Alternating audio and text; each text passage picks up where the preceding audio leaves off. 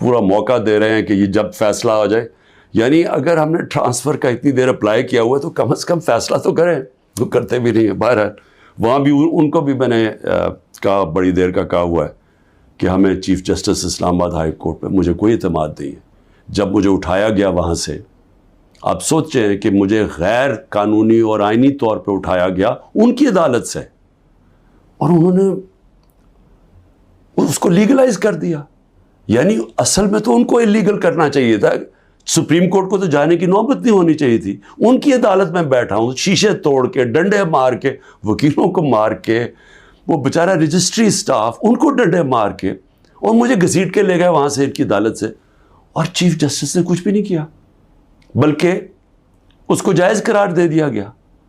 اس کے بعد جو اس سے پہلے ٹرین کیس تھا, 3 ممبر بینچ بیٹھا, دو ججز نے واضح طور پہ کہہ دیا کہ مینٹینیبل یہ کیس. چیف جسٹس صاحب فیصلہ نہیں کر رہے, وہ بھی لٹکائے ہوا وہاں. اور ہمیں اعظم سواتی کو بہت اعتراضات تھے. انہوں نے لیٹر لکھا کہ مجھے اعتماد نہیں ہے آپ کے اوپر. تو نہ وہ اپنے آپ کو ریکیوز کرتے ہیں, نہ ادھر نیچے سے ریکیوز کر رہے ہیں. اور پھر ہمیں بڑا ایک سیریس چیز ہے یہ جو فیس بک پہ دیکھیں, فیس بک 90 دن تک فیس بک کا ریکارڈ ان کے پاس پڑا ہوتا ہے. اگر FIA یا جج صاحب ایک صرف آپ کو ای میل کر دیں فیس بک کو کہ یہ کیس ہو رہا ہے, آپ مہربانی کر کے بتا دیں کہ 90 دن تک ان کی جو بھی فیس بک میں پوسٹ تھی وہ کون سی تھی.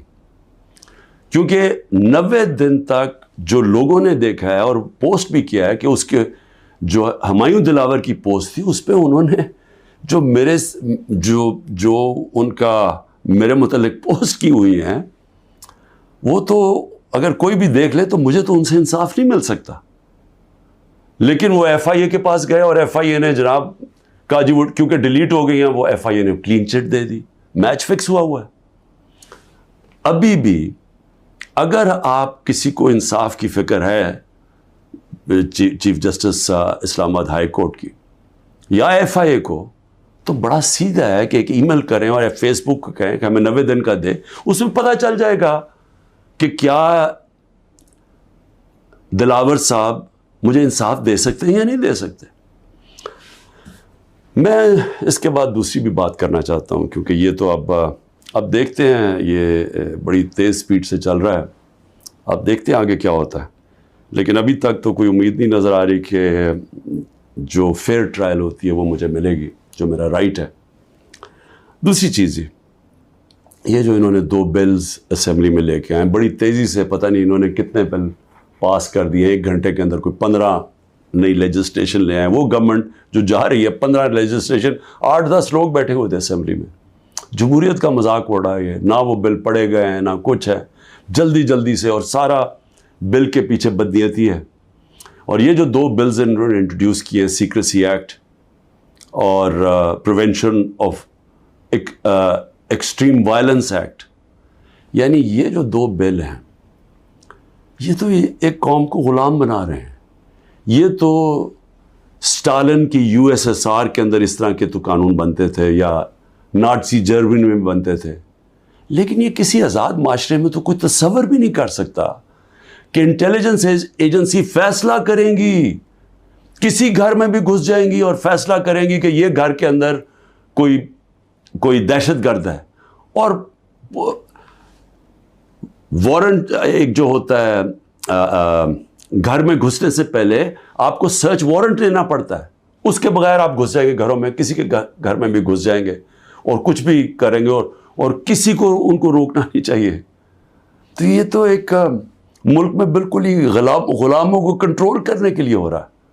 پھر سیکریسی ہے, ایک اور ایکٹ لے آئے ہیں کہ آپ کسی بھی اگر کوئی انٹیلیجنس ایجنسیز کا کوئی آدمی ہے, اس کا آپ نام بھی نہیں لے سکتے. اگر آپ نے نام لے لیا تو وہ آپ کوئی اسٹیٹ سے غداری کر دیں گے, سیڈیشن ہے وہ.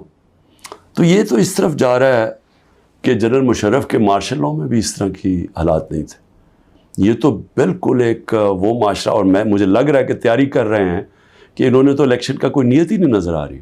تو اگر الیکشن نہیں کروانے تو اس کے بعد تو پھر لوگوں کو کنٹرول ہی کرنا پڑے گا, تو انہیں حربوں سے کنٹرول کرنا پڑے گا.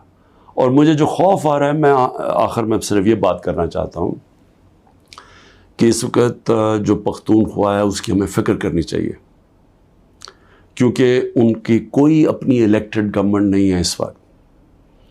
ان لوگوں کو اوپر مسلط کر دیا ہے جن کی کوئی قانونی حیثیت نہیں ہے، اور وہ جو وہاں کر رہے ہیں، جس طرح کی کرپشن ہو رہی ہے اور جس طرح کا وہاں وہ صوبہ آہستہ آہستہ وہاں دہشت گردی بڑھتی جا رہی ہے، لا قانونیت بڑھتی جا رہی ہے، تو وہ تو لوگوں کو پہلی نوجوان وہاں سارے قبائلی علاقے کا جو جس طرح کی تباہی مچی تھی، جس طرح کی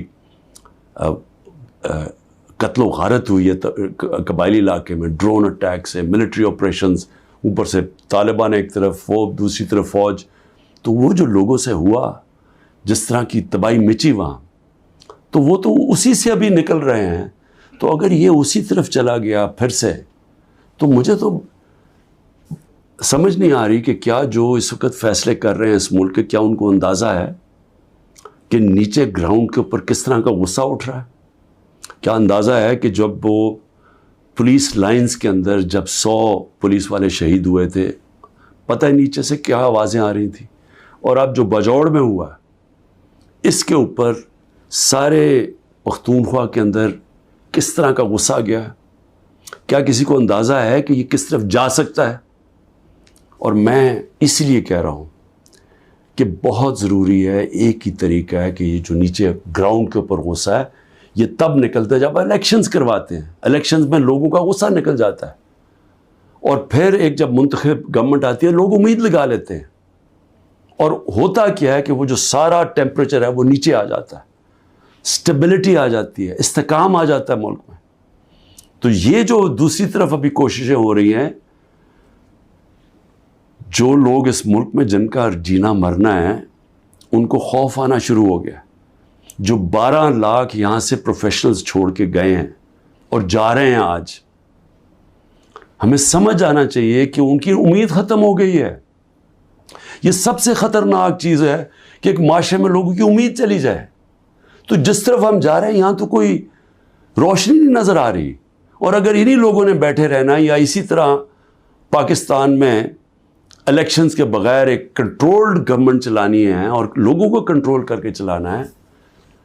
میں یہ اپنے تجربے سے ایک تاریخ کا ایک طالب علم ہوں، میں آپ کو بتانا چاہتا ہوں جو سیاست میں ایک زیرو سے ایک پارٹی آج سب سے بڑی ماشاءاللہ پاکستان کی پارٹی ہے، جو میرا تجربہ ہے عوام کا، میں آپ کو کہنا چاہتا ہوں کہ یہ پاکستان کو ادھر لے کے جا رہے ہیں. جو لوگ سمجھ رہے ہیں کہ وہ ڈنڈے کے زور سے اس ملک کو کنٹرول کر لیں گے، وہ سمجھتے نہیں ہیں، عوام کی سوچ نہیں سمجھتے، نہ وہ تاریخ جانتے ہیں، نہ وہ پولیٹکس سمجھتے ہیں، اور وہ پاکستان کے لیے بہت بڑا خطرناک اندھیرے کی طرف ہم لے کے جا رہے ہیں. پاکستان زندہ باد.